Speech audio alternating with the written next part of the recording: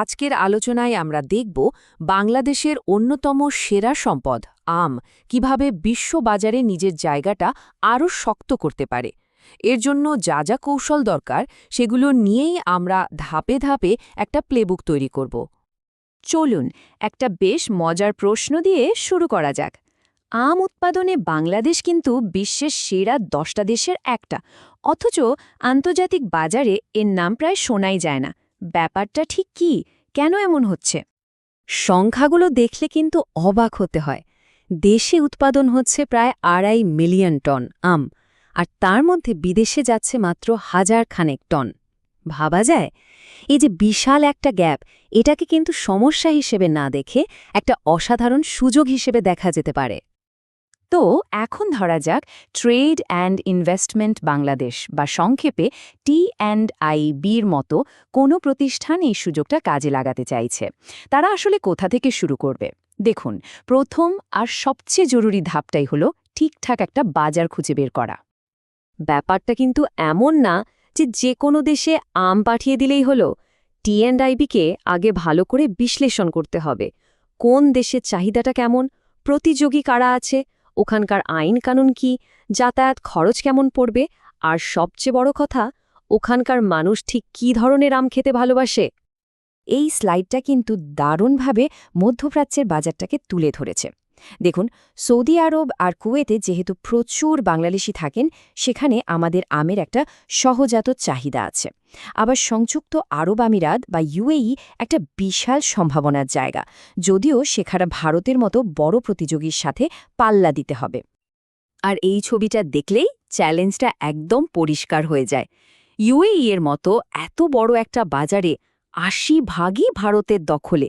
তার মানে T&IBকে যদি এখানে জায়গা করে নিতে হয়, তাহলে শুধু পরিমাণে নয়, লড়তে হবে গুণমান আর একদম নিখুঁত কৌশল দিয়ে।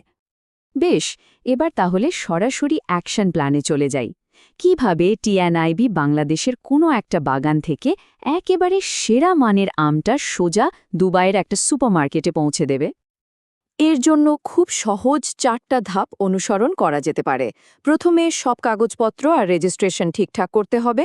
এরপর আমের কোয়ালিটি যে আন্তর্জাতিক মানের সেটার প্রমাণ জোগাড় করতে হবে। তারপর খুঁজে বের করতে হবে সঠিক পার্টনার, আর সবশেষে নতুন বাজারে গিয়ে সেটার প্রচার করতে হবে। আচ্ছা, এখানে সবচেয়ে জরুরি বিষয়গুলোর একটা হলো এই সার্টিফিকেশন, এই যে ফাইটোস্যানিটারি সার্টিফিকেট। এটা কিন্তু শুধু একটা কাগজ না, এটাকে বলা যেতে পারে আমের পাসপোর্ট। এই একটাই ডকুমেন্ট প্রমাণ করে যে আমটা সব রোগবালাই মুক্ত আর আন্তর্জাতিক স্বাস্থ্যবিধি মেনে বিদেশে যাওয়ার জন্য একদম তৈরি। ঠিক একইভাবে গ্লোবাল GAP সার্টিফিকেশনও খুব গুরুত্বপূর্ণ। এটা বিদেশের ক্রেতাদের এই ভরসা দেয় যে T&IB'র আম একেবারে সেরা মানের, মানে একদম বাগান থেকে শুরু করে খাবার টেবিল পর্যন্ত সব জায়গায় সর্বোচ্চ স্ট্যান্ডার্ড মেনে চলা হয়েছে। বেশ, তাহলে T&IB এখন সার্টিফাইড, রপ্তানির জন্য একদম প্রস্তুত। কিন্তু প্রশ্ন হলো, আমটা কিনবে কে? একজন নির্ভরযোগ্য ক্রেতা খুঁজে বের করাটাই কিন্তু এই পুরো খেলার সবচেয়ে কঠিন অংশ হতে পারে। এর জন্য একসাথে বেশ কয়েকটা পথে হাঁটতে হবে। যেমন দুবাইয়ের গালফুডের মতো বড় বড় বাণিজ্য মেলায় যাওয়া যেতে পারে। আবার আলিবাবা, ট্রেডকির মতো অনলাইন প্ল্যাটফর্মেও বায়ার পাওয়া যায়। তাছাড়া বিদেশে আমাদের দূতাবাসগুলো থেকেও কিন্তু ভেরিফাইড আমদানিকারকদের তালিকা পাওয়া সম্ভব। আর এটাই কিন্তু আসল কথা। লক্ষ্যটা শুধু একটা অর্ডার পাওয়া নয়, লক্ষ্য হলো প্রথম সফল ডেলিভারিটা দিয়ে একটা লম্বা সময়ের জন্য সম্পর্ক তৈরি করা, একটা বিশ্বাস তৈরি করা। আর নিজেদের নিরাপদ রাখতে কয়েকটা জিনিস অবশ্যই করতে হবে। যেমন নতুন ক্রেতার পরিচয় ভালোভাবে যাচাই করে নিতে হবে। শুরুতেই বড় অর্ডার না নিয়ে একটা ছোট ট্রায়াল শিপমেন্ট পাঠানো ভালো। আর টাকা পয়সার লেনদেনের জন্য লেটার অফ ক্রেডিট বা LC ব্যবহার করাটা সবচেয়ে নিরাপদ, কারণ এখানে ব্যাংক গ্যারান্টার হিসেবে থাকে। অবশ্যই এই পুরো রাস্তাটা কিন্তু একদম মসৃণ হবে না। আমের মতো একটা পচনশীল ফল বিদেশে পাঠাতে গেলে কিছু চ্যালেঞ্জ তো আসবেই। কিন্তু দেখুন, প্রত্যেকটা সমস্যারই একটা সমাধান আছে। আম যেন নষ্ট না হয়, তার জন্য দরকার একটা ভালো কোল্ড চেইন ম্যানেজমেন্ট।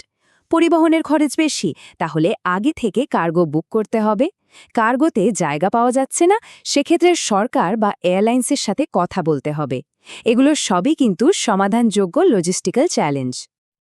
আর এই সব কিছুর পেছনে যে বিশাল সম্ভাবনাটা আছে সেটা কিন্তু ভুলে গেলে চলবে না। শুধু দেশের ভেতরেই আমের বাজার প্রায় ১৩,০০০ কোটি টাকার।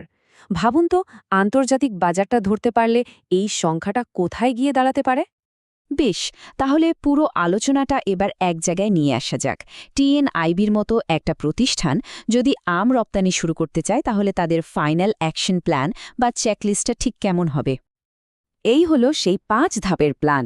প্রথমে 500 টনের একটা লক্ষ্য নিয়ে সৌদি আরবের বাজারটাকে টার্গেট করা। এরপর গ্লোবাল ডিএপি সহ সব লাইসেন্স আর সার্টিফিকেট নিয়ে নেওয়া। এমন একটা খামারের সাথে পার্টনারশিপ করা যেখানে ভিএইচটি বা ভেপার হিট ট্রিটমেন্টের ব্যবস্থা আছে। তারপর একজন ভেরিফাইড ডিস্ট্রিবিউটরের সাথে চুক্তি করে একটা ট্রায়াল চালান পাঠানো। আর সবশেষে সেই চালানের ফিডব্যাক নিয়ে পরের সিজনের জন্য ব্যবসাকে আরও বড় করা। দেখুন, বাংলাদেশের আমের সম্ভাবনা নিয়ে কোনো প্রশ্নই ওঠে না, আর সফল হওয়ার কৌশলটাও কিন্তু বেশ পরিষ্কার। আসল প্রশ্নটা হলো, বাস্তবায়নটা ঠিকঠাক হবে তো? আমাদের দেশের কোম্পানিগুলো যদি সত্যিই এই প্লেবুকটা অনুসরণ করে, তাহলে কি বাংলাদেশি আমকে বিশ্বজুড়ে একটা পরিচিত ব্র্যান্ড হিসেবে দাঁড় করানো সম্ভব? এটা এমন একটা ভবিষ্যৎ যেটা গড়ে তোলার চেষ্টা তো করাই যায়।